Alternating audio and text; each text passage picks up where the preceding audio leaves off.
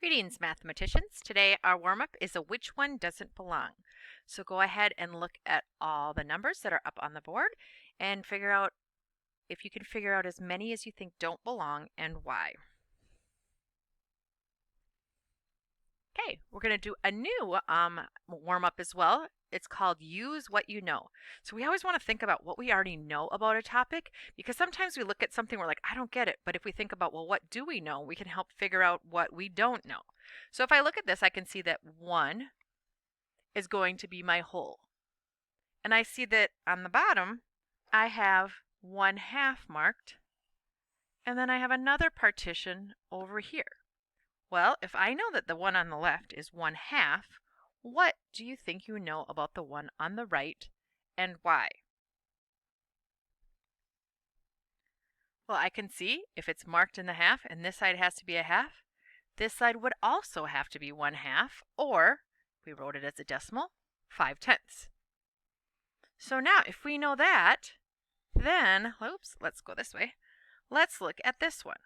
If we know that we're still have 1 whole on the top and we still have 1/2 here, but now I've split the other part into 2 partitions that are the same size, what must each of those partitions be equal to? Pause and come up with an answer. Well, if I go back in what I know, I already know that the other side has to be 1/2, but I divided that half into 2 equal pieces. So I could think about, if I wanted to make a hole here, I could imagine drawing another line here, and then I'd have 1, 2, 3, 4 equal pieces. And then I would know each one of these would be 1/4. I also could think of my race to 1 game.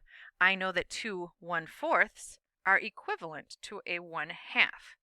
So if I had to take a half and split it into 2 parts, I'm going to get 1/4, 2 1/4 pieces.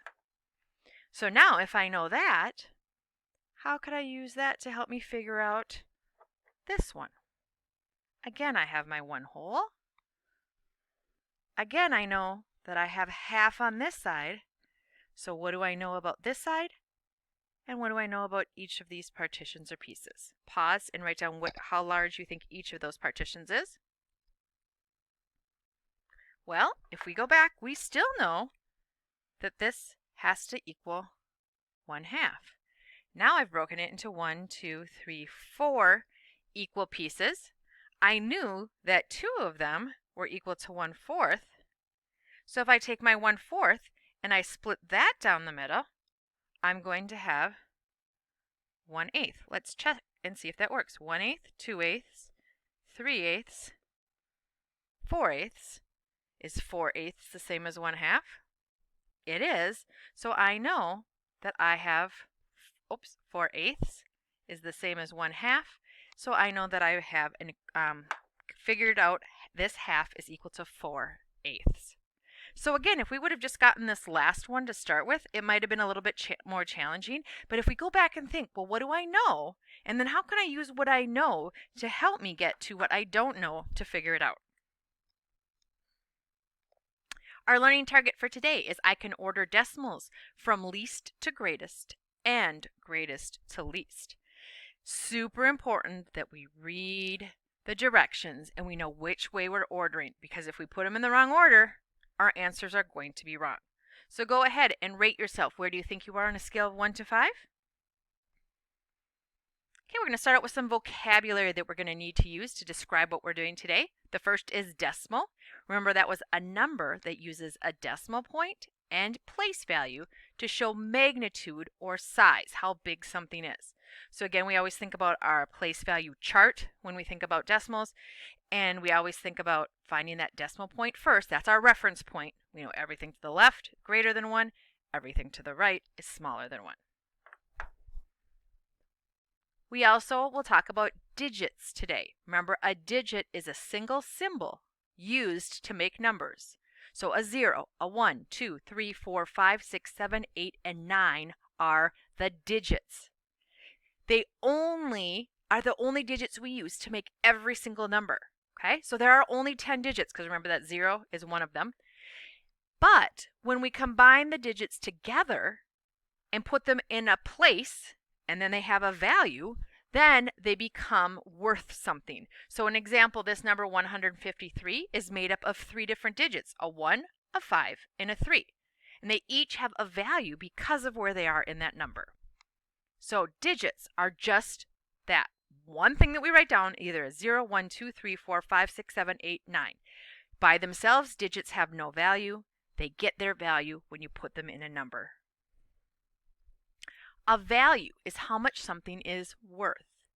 So place value tells us the value of a number. We want to think about money, money, money when we think about decimal place value. So again, we think about money and we think about that decimal point. That will help us tremendously when we're doing fractions and decimals. Now we're going to talk about different ways we can write numbers. We can write it in standard form. Standard form is just a way of writing numbers using only digits. Okay, that's the form we use most often. So if I look at this number, 317 and 29 hundredths, that is written in standard form. I'm only using digits and a decimal point. We could also use commas in it, but nothing else. Expanded form is different because it is a way of writing numbers to show the value of each digit. It's a little bit longer, but it also gives us more insight into the number. So if I look at this number, 317 and 29 thousandths, I can see that that number is just written in standard form. But if I would show the value that the 3 in this number is really worth 300, the 1 is worth 10, the 7 means 7 ones or 7, the 2 is in the 10th spot, so it means 2 tenths, and the 9 is in the 100th spot, which means 9 hundredths. By showing the value of each of those and then adding them together, I'm showing it in expanded form. And I think about that because look at how big that number looks. I took each of the digits and expanded it to show what each value was. We also use word form, and remember that's a way of writing numbers using only words. This is usually the one that students like least because you have to write out lots of words. So if I wrote the number 317 and 29 hundredths, I could see that that's how I would write out that number. Again, writing it out so that I have each word spelled out, and I use that and in between my whole numbers and my decimals. We can also show, visually represent our fractions and decimals, and I will ask you to do that quite a bit during this unit, where we'll ask you to use a visual representation. That is a way of writing a decimal number using base 10 blocks. So if we're talking about decimals, we're usually talking about that 100 grid, talking about base 10 blocks. Okay, so in this example, I can see that I have the pink shows me the whole one whole. It would be all 100 100ths, but I don't have all of them colored in, so I would count. I've got 10, 20, 30, 40, 50, 60, 61, 62, 63, 64. I would have 64 hundredths of this filled in. Okay, and we'll talk more about that today. So anytime you see a decimal, it means stop, slow down, and think about money. Because even I have to slow down when I see decimals. I have to stop, look at that decimal point, find my reference, and go from there. So whenever we have a decimal point, we're going to think of the decimal point kind of as a stop sign. I got to find that first, and then I'm always going to go back. My ones, tens, hundreds, thinking about money. Ones are like $1 bills, tens are like $10 bills, hundreds are like $100 bills. When I get to my tenths, that's going to be like dimes. Then I've got my hundredths, that's like my pennies. So we're going to practice. I'm going to move starting with my decimal point because that's where I always start. I'm going to go left first. My first place, I want you to think in your head, what would it be? That would be my ones. What would come next? Think in your head. Say it out loud. Tens. Next would come hundreds. Next would come, say it, thousands. Next would come, say it, 10,000s. Next would be, say it, 100,000s. Finally, our last one that we're going to talk about today is our millions. Okay, so if I looked at that number, I would have 1,234,567. All those are whole numbers. I could think of dollars to count it out. Now I'm going to get to my and. What is that first place to the right? of the decimal point? Say it. Remember, it's tenths. We don't have oneths. So tenths is our first one, our dimes. Next, say it. Hundredths, pennies. And next is thousandths. Okay, remember that's like slivers of a penny. So I'm going to read my number, 1,234,567 and 89, and then I always read the place that I ended in, thousandths, 89 thousandths. So, talk to your table partner. I want you to each read that number out loud, and then I want you to tell your partner about how can thinking about money help me understand decimals and read decimals. Okay, now I'm going to have you each read this number to each other. Again, we find the decimal point first. Go ahead and each read it.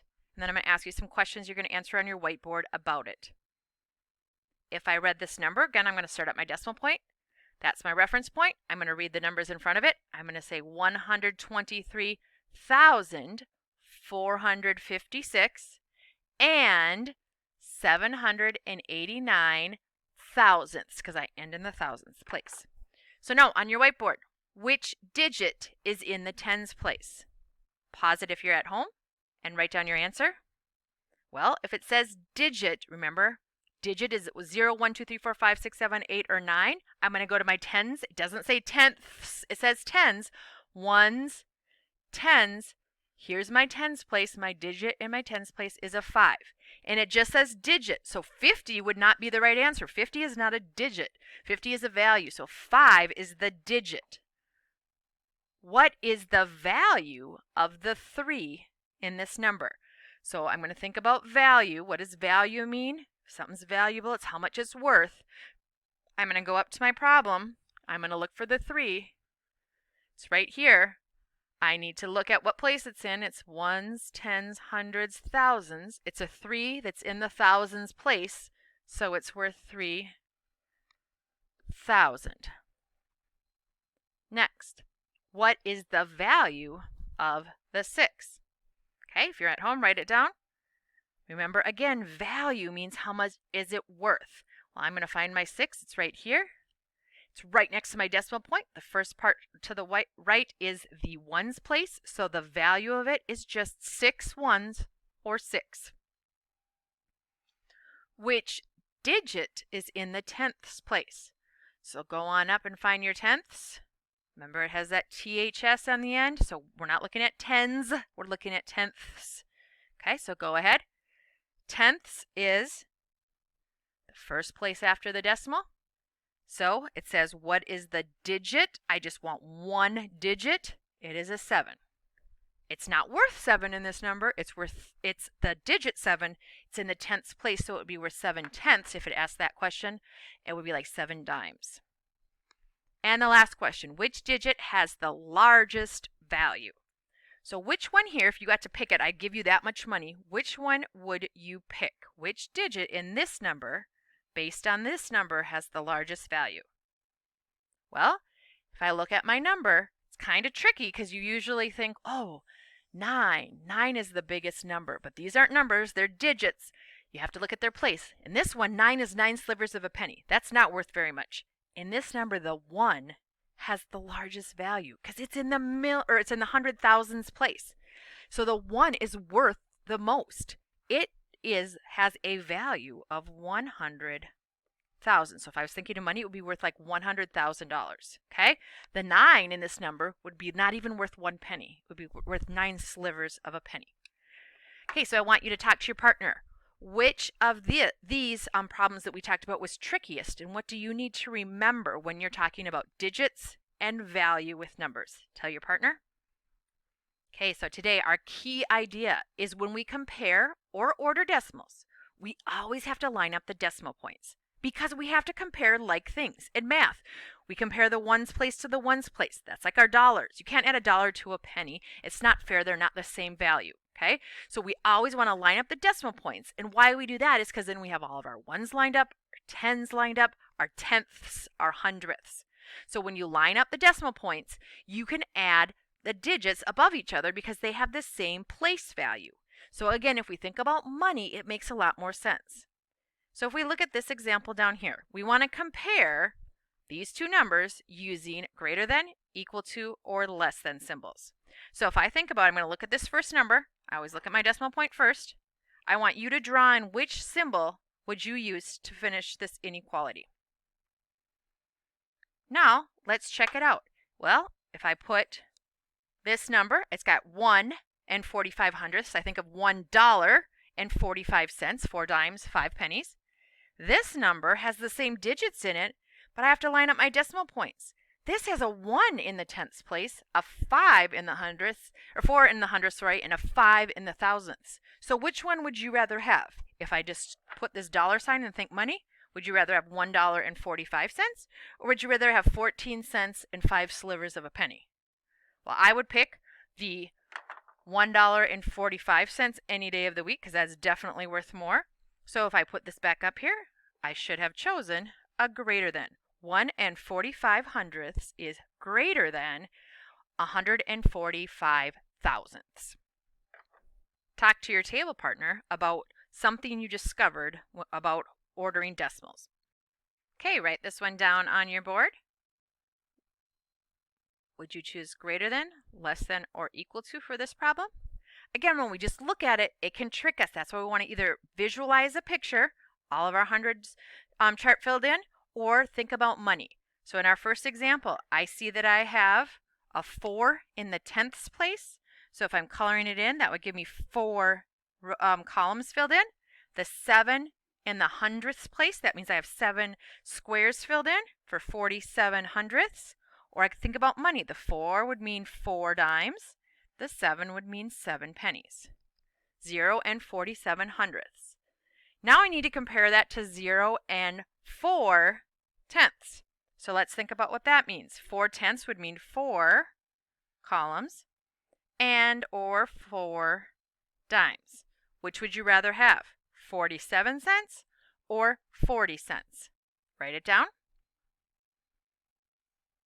I would rather have 47 cents or 47 hundredths because it's 7 cents more. Next, 0 and 37 hundredths compared to 0 and 62 hundredths. Go ahead.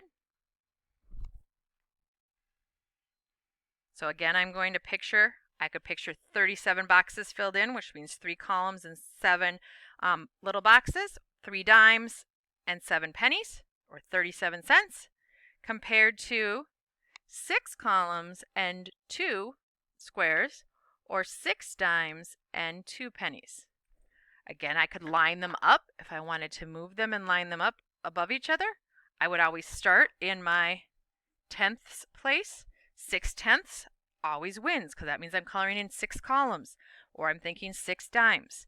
So my 62 hundredths is going to be greater, and that's the one that I'd sign. So again, read this inequality to your partner. How would you say that? 0 and 37 hundredths is less than 0 and 62 hundredths. So now we're going to have 3 values that we're going to have to compare. So again, we want to use the same idea. We're going to order them from least to greatest this time. It says least means what? Tell your partner. To greatest means what? So I'm going to go small, bigger, biggest. So I want to look first and figure out which one would be my smallest amount. Well, what's your first step? Tell your partner when you're comparing fractions. Decimals. First thing I want to do is line up my decimal points so that I can see my numbers and I can see the place values. We always start with the highest place value, our ones. None of them have any ones, none of them have any dollars. Now we're going to go to our tenths. I have a 4, a 3, and a 4. Well, 4 dimes is going to be more than 3 dimes. So I know if I'm going to go least to greatest that the 37 hundredths has to be the smallest or the least. Okay? Then, now I have 2 options left. I've got 4 tenths or 45 hundredths. Now I got to think of what that means. 4, they both have 4, but what does that 4 stand for in this number? It means 4 dimes. How many pennies does this one have? It's not there, so if it's not there, what does that mean? What number can we put in? It could be 40 hundredths. That would be the same value. I could either get 4 dimes or 40 pennies. Do we agree that's the same value? So which one would come next? If I'm getting bigger, bigger, bigger, I would put my 4 tenths coming next. And then finally end with my 45 hundredths. So then I want to line it up and make sure when I'm done that my answers make sense. Okay, so I'm going to go back and read what order was I supposed to use, least to greatest. Does it go smallest to largest? Yes. Where would all these numbers fit on the number line? If you had to draw dots where these would go, what color would the section be that you're going to put your dots in? Tell your partner. Well, we'd have to start with our first one, 37 hundredths. Well, this is 3 tenths, but remember we also said we could think of it as 30 hundredths. 37, well, halfway in between is going to be 35, 36, 37. It's going to be somewhere right around there. Next, 4 tenths. Well, that's already written right on here, so the 4 tenths would go here. And then 45 hundredths would be halfway in between 40 cents and 50 cents, so that one would go there. So again, thinking about our dimes, that helps us see our tenths places. And then we go to our pennies. We know there's 10 pennies in between each one, or tenths. There's 10 hundredths in between, or a hundredth. Say that again. We could break it down into 10 smaller sections, just like we do in our column of our tenths. We could break it down into 10 little hundredths. Okay? That would help us put it on the number line. Next, let's look at these numbers. Go ahead, write them on your board. Order them this time from least to greatest. So again, think about what does least mean? What does greatest mean? Which one am I going to start with? What's the first step you should use? Tell your partner, what's the first thing we do when we order decimals? You could have said something like, think money, money, money, or line up the decimal points. Both of those things will help you. Now that they're lined up, I'm going to start with my biggest value is my ones place. I have nothing in any of them, so far they're tied. Now I'm going to go to my tenths place. When in my tenths place, I have a 4 tenths, 0 tenths, and 4 tenths. Which one of those would be smallest or least? Well, right away I can see that this would be the smallest, so I'm going to put that one first. Now I've got 2 left. I've got 4 tenths and 45 hundredths. Now, I don't want to get tricked saying, oh, one is worth 4 and one is worth 45. They are not. They are decimals, so they are worth 4 dimes each. This one has 5 pennies. What would go here? What is in the hundredths in this one? Even though there's nothing written, what digit can we put there? We could put a 0. So now we're going to compare. Is 40 hundredths greater or 45 hundredths greater? Tell your partner. So which number would come next if we're going least to greatest? Would I pick 4 tenths or 45 hundredths? I would pick my 4 tenths. Okay, so look at the difference between 4 hundredths, that's just 4 little pennies. 4 tenths, that's 40 pennies or 4 dimes. And then finally, 45 hundredths is going to give us just slightly more. We're just going to get 5 more of those pennies in there. Tell your partner, what color would you put your dots on the number line if you were talking about these values? Well, the 2 that are have a 4 in the tenths place are going to be in this section of the number line. This one is only worth 4 cents, so it's not even worth 10 cents. I don't even have one column filled in, so this one is going to be less than halfway to a dime. This one would be exactly on 4 tenths, and this 45 hundredths would be right in the middle between 40 cents and 50 cents. Okay, so now on your whiteboard, I want you to order. Now we're not going to look at the pictures. I still want you to think about money, money, money, and you can still picture the picture in your head. So you can either think picture or money. How would you put these in order from greatest to least? Go ahead and do it. Okay, my first step, remember, is to line up my decimal points. So I'm going to line up my numbers first.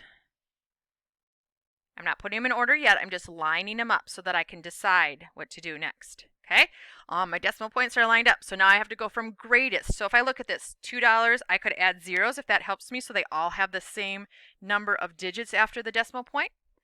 But now I'm going to decide, would I rather have $2.70? Would I rather have $3 and 2 little slivers of a penny? Or would I rather have $1.90? Well, the greatest amount would be my $3 and slivers of pennies. Next, would I rather have $2.07 or would I rather have $1.90? I'd rather have $2.70 or 7 dimes, and then this would be my least. Now, go ahead and read these in order to your partner. How would you say each of those? Go back and forth. If you read it, one person read the first one, then read the next one, the other person the next one, and then go back to the first person for the other one. Okay, go ahead and order these. Now it says order from least to greatest. So least means I'm starting with which one, the biggest or smallest? Everyone say it. Okay, we're going to start with the smallest. So again, our first step, line them up. The decimal points. Remember, I can't get tricked by digits. If I want, I can fill in zeros in those extra places so that it helps me see them as the same.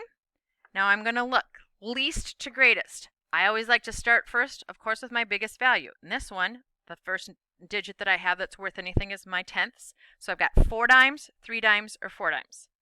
Well, right away, I can find my least. This one would be least.